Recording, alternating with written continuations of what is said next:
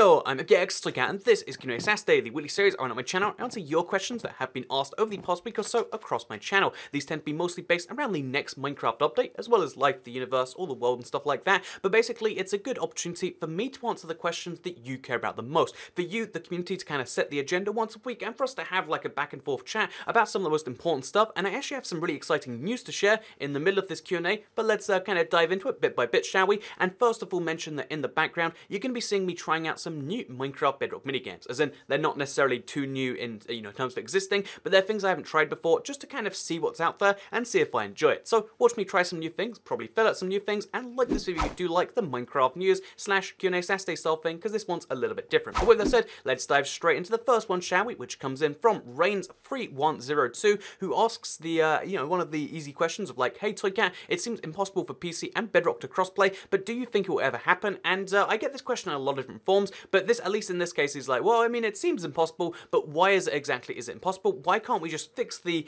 divide between the Java Edition players and the Bedrock players by making it so that Java and Bedrock can cross-platform? That would be the easy solution, right? Everyone's happy, everyone can play together, and there's no divide in the community ever again. So the simple answer to why this hasn't happened is because the PC and Bedrock are just built in hugely different architectures. Obviously, the PC version, or as we know it, the Java Edition, is made in Java, as you might be able to guess from the fact that it's literally the subtitle of the game. But no, the Java Edition is made in Java, which is a hugely different programming language to C++.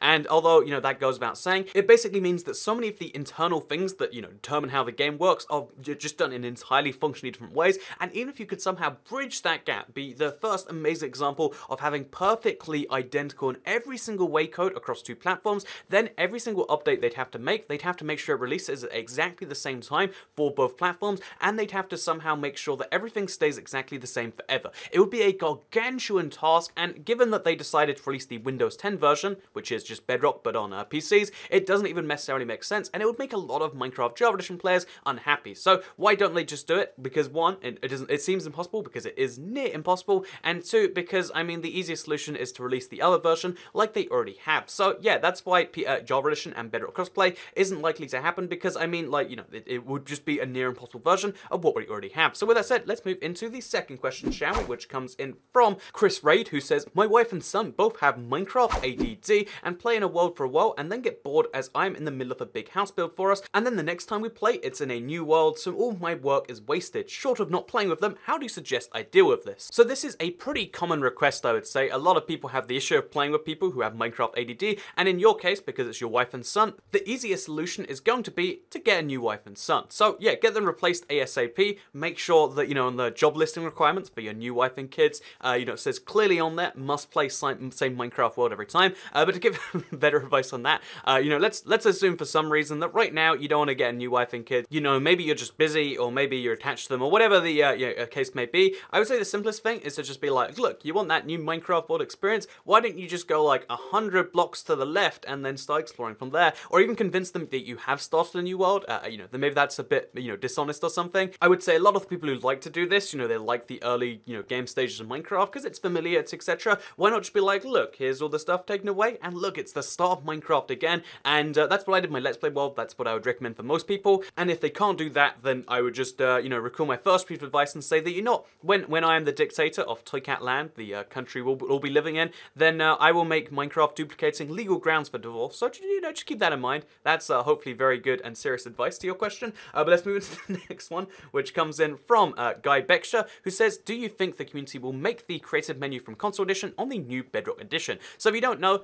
some Minecraft news from just over a week ago that I think was pretty cool is that the Minecraft team are looking to redesign the Minecraft menus, and they're going to be doing so based on community feedback. And although there's been a lot of different community menus with a lot of different ideas, and some of which are great, some of which aren't so great, I think it is a really cool idea that they're letting us do that. And I think the simple version is, yeah, we'll get a console-like menu eventually, because most people suggesting a new menu for Minecraft Bedrock, they want that exact same thing. Even people who play Minecraft Bedrock don't like the Minecraft Bedrock menu, so it does seem like it's a matter of time until either a Java-like menu, a console-like menu, or just something brand new comes out. And given that they probably would like to evolve rather than just go back to something, I think we'll see something that might even be better than a console edition menu. So yeah, what exactly does that look like? Well, we'll have to wait and see what they actually do, but here's an example. We've seen from the community, just a really fun example of what the new creative menu could look like. So with that said, let's move on to the next question, shall we? Which comes in from Steve Hankey, who says, Q&A, Q&A, Toycat, when do you think Phase 3 of the Aquatic Update will come out for Bedrock? So, to answer your question, Steve Hankey, I think Phase 3, or 1.6, it's not actually Phase 3 of the Aquatic Update. They'd like to be very clear about that, but let's be honest, it's, you know, the remaining features from the Aquatic Update. When will that be happening for Bedrock? So here's your exclusive little bit of news for you all that you might not know yet, because 1.6 is kind of the big, you know, question mark, like probably coming out in September based on previous updates, right? We don't know for sure. However, I have some pretty good news to share with you all, and it's directly from Helen Angel. She said, you know, on the stream that it passed certification in one of the stores. However, obviously, there's a lot of stores, you know, that Minecraft's on like 13 different stores,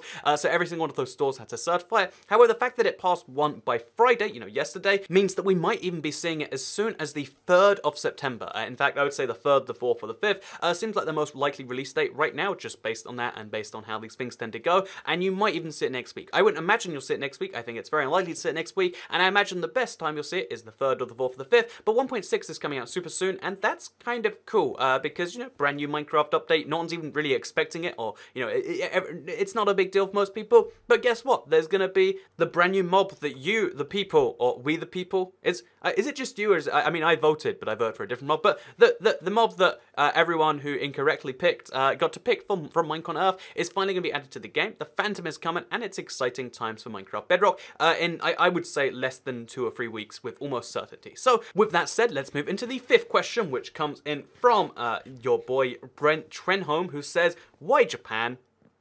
Japan good. That's why. So with that said, let's move into the 6th question, which comes in from I'm a Person 52, who says, Q&A, do you think updates for all versions of Minecraft should just use the Java numbering system, 1.13, 1.14, etc.? Because let's be honest, most people use that system when they're talking about an update for any platform anyway. Also, if Bedrock and PlayStation 4 switched to this, it'd be much easier to know what's in an update, and we wouldn't have the stupidity of Bedrock switching 1.3 and 1.4, 1.5 and 1.6 essentially all being the same update. So here's the thing about that. The reason that the 1.13, 1.14 name system wouldn't work for all versions is plainly put because not all updates have the same content at the same time. Minecraft Bedrock had 3 separate updates for the Aquatic Update, but then there's also other things mixed in there. So it's not necessarily 1.13 split across 3 updates, it's 1.13 split across 3 updates and also other stuff in each one. So, you know, that makes it confusing there. The console has historically never followed the Java version perfectly update for update, just mostly sometimes taking features early and late. And if you call them the same thing, then it just increases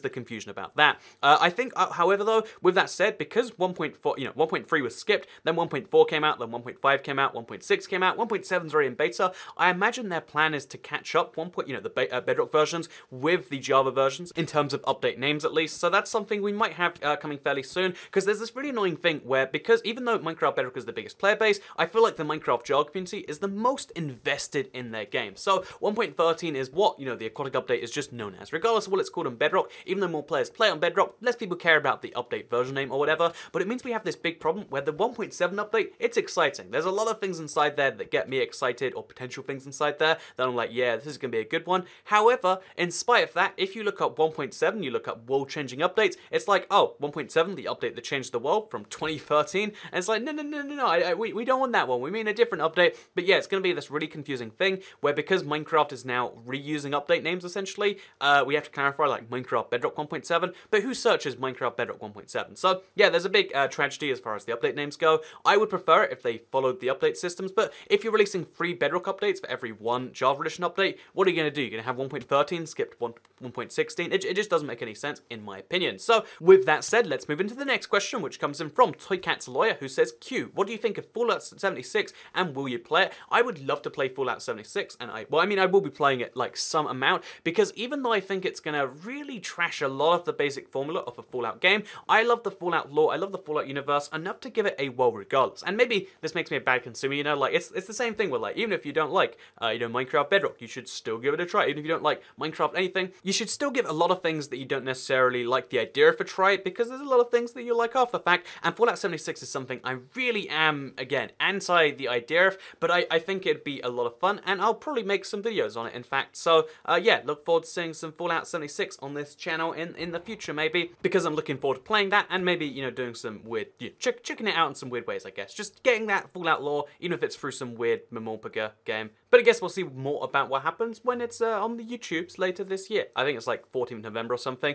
So with that said, let's move into the next question, which comes in from Mr. Never Pacific, who says you should do this style of Q&A every week. In a way, it's making a kind of game for the comment section that you also won't know which comments you've got till you answer them. I may have butchered his wording a bit in there, but you know, the same basic question is in there, so like, you know, why don't you do this every single week? It was kind of fun answering just the top questions, and I think it's a fun idea, and I think it's fun to, you know, play around with Q&A Saturday ideas, because it keeps things fun and interesting, and it means we have different ones every now and then. But the reason most of my Q&As are the same, where I pick 10 or so questions from Twitter and YouTube, like, you know, kind of mixed, is because I want to try and answer new things every single week. The top questions have a lot of, you know, inherent flaws of them. The first one is that a lot of the top comments are not questions. So if it's like, okay, the top comments that are questions, it's like, but sometimes non-questions are also kind of questiony, leave a jumping off point, so it's like, okay, that's kind of weird. But then obviously the most, you know, the biggest one is the fact that if we did top comment, the same question would come up every single month. Like, you know, I still get to this day so many questions about shields, and it's like,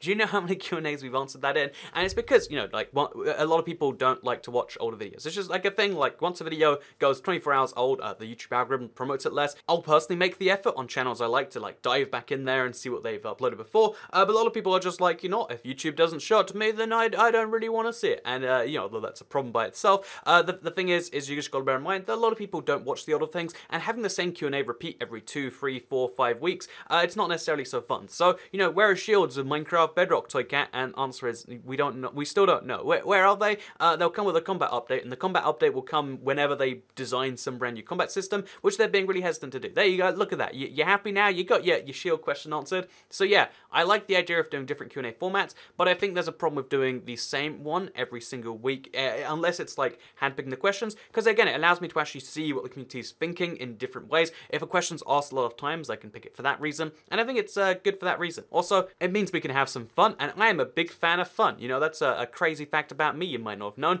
But with that said, let's move into the next question, which comes in from the Pat000, who says, will you do another video where you tell other people to drop their usernames in the comments and add each other? I thought it was amazing and helped the community a ton. So first of all, big thank you to Pat. He's one of the long-time sponsors of the channel, and you know, he's one of the guys who was just like, yeah, I want to support this as soon as possible. Back before, you know, like YouTube sponsorships like had any real benefits, it was just like, want to support this, and I think that's really cool. So just 2 thumbs up to the Pat here. But let's actually answer the question and say, so what will you do another like server style video? And I kind of want to, but the truth is I think the best way to do that now is probably on the Discord. So I have a Discord server, discord.gg/toycat. If you want to speak to other people who watch Toycat videos and talk about like intricacies, it's mostly a lot of memes on there right now, but if you want to discuss that sort of stuff, the thing exists. But there's also a server on there called, you know, Party Up, Lobby Up, where if you want to find friends to play with at that moment, you can. And I think that's a bit more valuable because I like the idea of having, you know, community worlds, sorry, but nowadays we have realms which can be signed up for anytime you want to, and if you have an open realms link, someone's going to come on and grief it. So how do you kind of fix that problem? The easiest way to fix the problem is to have like the Party Up server. You can see if they're a regular on the server, they're probably trustworthy. Like, you know, you can probably trust Froggy Fellow, you can probably trust, you know, Ivan's on there, or you have, you know, the 379th hero. You can trust all the sorts of people that are regulars on there because, you know, they've built something, you know, like, that's the way trust works, right? If you know someone a bit more, it's the sort of thing that works that way, and yeah, I think the server's pretty great for that. So, yeah, long story short is I probably won't make another one of those videos, but I will make a wholehearted recommendation. If you want to find people to play Minecraft with, especially if you like Toycat videos and you hate most people, I think that describes most people in there, then, you know, you can go in there and you can have some fun. There's a Party Up server, there's a build server if you want to share your builds. You know, let's say you don't even want to go on people's worlds. You just want someone to appreciate your stuff. 1, that's very narcissistic, but 2, you can do it in there. So with that said, I think that means that the Q&A Saturday is coming too close to an end. I just wanted to, you know, say, there's a lot of comments saying stuff like, I really like the new editing and thumbnails and stuff. Thank you very much. It's something I want to try a lot more on this channel. Again, trying to make, I guess, like a few less videos in the week, but trying to put a lot more into each one of them. And although it is obviously, you know, more laborious process and a more expensive process and all these sorts of things, I hope it's something that all of you do appreciate, and hopefully we can continue to do this. If you do enjoy the new editing styles, you really like what's going on the channel, please do just, you know, whatever you have to do, whatever you want to do. You know, let's be honest, YouTube's entirely about reciprocal relationships. You can decide to do whatever you want. You can, you know, hear this whole thing and be like, nah, you know, I'm busy. It's fine, you know, we're all busy all the time, you know, not everyone has time to just, you know, quickly leave a like on the video. But if you do enjoy the new style of things, just, again, either leave a like on it if you want to, share it with anyone who maybe maybe wants to, you know, like see some new Minecraft stuff. And, you know, I really like the commentary stuff in particular. So if someone's like looking for something to listen to while they play games or whatever the situation may be, maybe share a thing. And if you really want to go the next level, then I would appreciate it if you go to gaming.youtube.com/toycat/live. It's a terrible link, but if you go there, you can see there's like a join button and you can join the channel. It's a monthly contribution to the channel, and it gives you like a green name, emojis, exclusive Discord access. It's a bunch of, you know, cool stuff that you can get if you do the stuff there. Thank you to everyone who sponsored. Thank you to everyone who watches and likes. So even if you've never left a comment, you've never interacted, you've never done anything, I appreciate that you're here watching and that, you know, you help make something like this even a little bit more possible. So with that said, thank you very much for watching this video, and I guess I'll see you all in another one. Wait, no, bonus story time. You know, let's have a bit of fun. I just said, like, you know, because you know, we're using like the whole editing thing because you know, Legendary Potato is out there, like, you know, making the edits. You know, just for a little bit of a bonus story at the end here, because, you know, you're at the end of your Q&A Saturday, you're about to click off. No, here's a little bonus story for you. Going back to that second question about having the wife and kids that stop playing your Minecraft worlds, I actually have. This is the worst story, but it's a real one. So I met a girl once, you know, like for the very first time on the first date. Minecraft comes up and she's like, oh yeah, so I've been playing a bit more Minecraft. And I'm like, oh really? And I'm like, you know, what platform do you play on? She's like, oh, my Xbox One. And it's like, oh, what are the odds? This is, you know, like a match made in heaven. This is gonna be the one, you know. She's a delightfully attractive redhead. She's into Minecraft, plays it on the same platform as me, so we don't have to deal with that whole like, oh yeah, so I guess I'll just hop on the PC, but really I prefer playing the controller. None of that nonsense. Just like, hey, so how about you add me and we play a little bit of Minecraft after this? So, you know, after our first date, which went pretty well, you know, we play a little bit of Minecraft together. It's kind of fun. But one of the things I discovered was that she just hopped into like, you know, creative, or she gave herself host privileges or something. And it's like, oh, so you use that to like fly and then to, you know, like cheat this into like, basically the equivalent of duplicating, but like, you know, by using host privileges. And it's like, oh, so the whole game, you know, we've had achievements disabled. I've been, you know, just kind of playing here as a pointless pawn. This is ridiculous. And I was like, well, whatever then. So, you know, let's try not to. So, you know, I immediately exit the game, and we do go on a second date. It's a fun time in London. And then, you know, again, she's like, oh, let's play some Minecraft. It's like, okay, so we're gonna play in creative, or we're gonna play in survival, or what? It's like survival. And I'm like, no. You see, you cannot be trusted. You do not understand the basic, rules of survival right here. And she's like, no, we'll both play in survival. And then, you know what I spotted her doing? We were both on a mushroom island. I was down below the ground. She went in creative and she gave herself some diamonds. And it's like, you know, no. You after all of these levels of trust that you have breached, this is not okay. This is the equivalent of duplicating. And as we all know, duplicators are just, you know, axe murderers. But at least you could trust an axe murderer to look after your kids. So, you know, that's why immediately after that, I was like, this is just not working. You know, the whole story of like, fool me once, shame on me, fool me twice, shame on you. Or I think it's probably the other way around actually. But you know that whole adage? It was like, you know, we're done with this forever. So that is the quick story of how a girl Minecraft duplicating saved me years of hardship before. Really, like, you know, because if she's willing to cheat in Minecraft, she's probably willing to cheat on you. That's gotta be a slogan right there. But no, in all seriousness, it was like kind of more like a straw that broke the camel's back. There was a lot of frustrations before that. I think it's come up in a worst day ever video at some point. But just fun little fact. That was that'll teach you, if you wanna have long-term success in your relationship, then don't cheat on your boyfriend or in Minecraft. You know, those are the two key places you don't be cheating in the world. So with that said, I hope you all enjoyed the video. Hope you enjoyed the bonus story here, and I'll see you all next time. Goodbye.